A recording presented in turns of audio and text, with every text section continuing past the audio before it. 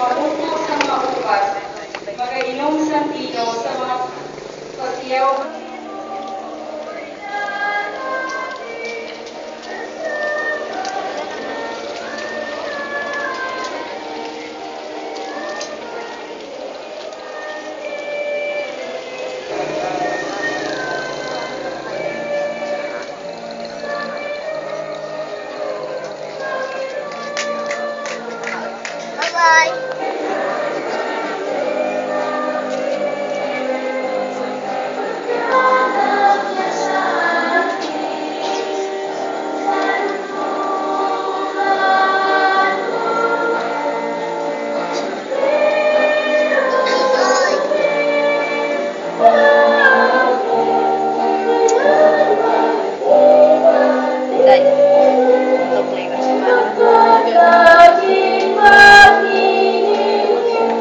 Kaya tugo sa turong ng mga bata at mga kanding higit pagkakuha sa mga tala.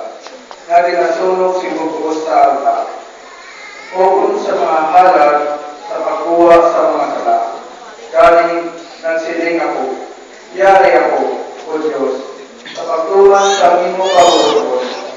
Sunog sa nasulat, nahanod sa akon, sa libro sa mga wala kaluya, o nalipay sa mga halad, kansang mga dulot, o sa halad ng mga sapat na dinasunog sa altar.